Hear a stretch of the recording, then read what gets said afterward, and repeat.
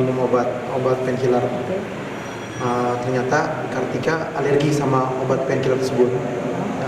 Jadinya kalau nggak salah Stephen Johnson syndrome, karena yang namanya alergi. Alerginya itu mukanya agak melepuh di bagian jidat sebelah kanan sama bibir sebelah kiri. Terus ada berapa titik di sebelah kanan atau sebelah kirinya saya lupa. Akhirnya berobat dan alhamdulillah sekarang sudah membaik. Alhamdulillah. Kenapa? Apa tujuannya minum obat painkiller itu? Kalau ditanya kenapa kasih itu kan qadarullah. Kita harus paham Allah kasih penyakit itu kan datangnya dari Allah. Kalau ditanya itu apa sih, itu satu hal bisa bentuknya ujian, cobaan ataupun musibah. Nah ini kita harus paham nih. Ujian itu adalah diberikan kepada Nabi. Kita harus paham nih, kalau ujian itu buat Nabi, buat orang siddiq, Nabi yang siddiq, syuhada, sholihin, itu ujian. Kalau kasih ujian itu dia akan stabil, dia nggak akan turun tapi naik, bisa naik.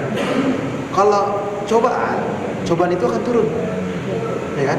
Apa sebabnya dia dikasih cobaan? Kalau dia turun, berarti ada dosa yang dia perbuat. Ada dosa yang dia perbuat. Jadi siapapun manusia, kalau ada cobaan dari Allah, kalimatnya ini bukan ujian. Bahkan orang bilang, saya lagi diuji nih sama Allah. Yang penting emang Nabi, memang siddiq. Nah, berarti kan cobaan. Karena dosa yang dilakukan, itu akan turun. Tapi bisa naik. Bisa naik lagi. Taubat, minta ampunan kepada Allah, dekatkan diri kepada Allah, naik. Musibah itu akan turun sampai bawah, sampai drastis, ya kan? Tapi bisa naik, enggak sampai titik terendah, tapi bisa naik musibah. Mungkin karena zina, judi, khamar, maksiat, dia melakukan perbuatan yang Allah tidak ridhoi. Ketika dia tobat minta ampun kepada Allah, bisa Allah naikin. Terus ada lagi yang sampai bawah, azab. Nah itu berat hukumannya itu. Itu Fir'aun, Qarun, itu azab. Itu sampai dasar, dan dia nggak akan bangkit lagi. Dia bersama orang kafir di dalam nerakanya Allah Subhanahu wa ta'ala. Dan inilah kita harus paham, mana ujian, cobaan, musibah, azab.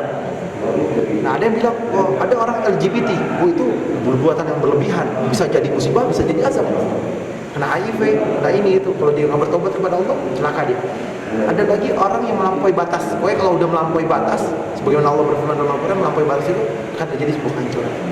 Nah jadi kalau misalkan ditanya, kalau ada penyakit satu orang atau siapapun mereka kena penyakit, merupakan bisa jadi cobaan dari Allah ataupun musibah dari Allah. Kalau ternyata sholatnya rajin, ibadahnya rajin, ibadah kepada Allah, mendekatkan diri kepada Allah, sholatnya bagus semua, berarti Allah lagi coba. Berarti lagi coba nih untuk ingat dosa-dosanya, perbuatannya. Mungkin dia sholatnya terburu-buru, ibadahnya nggak benar, atau dia melihat hal-hal yang tidak baik, atau apapun itu. Jadi intinya kita sebagai hamba Allah siapapun harus bertobat dan minta ampunan kepada Allah dengan sebaik-baiknya.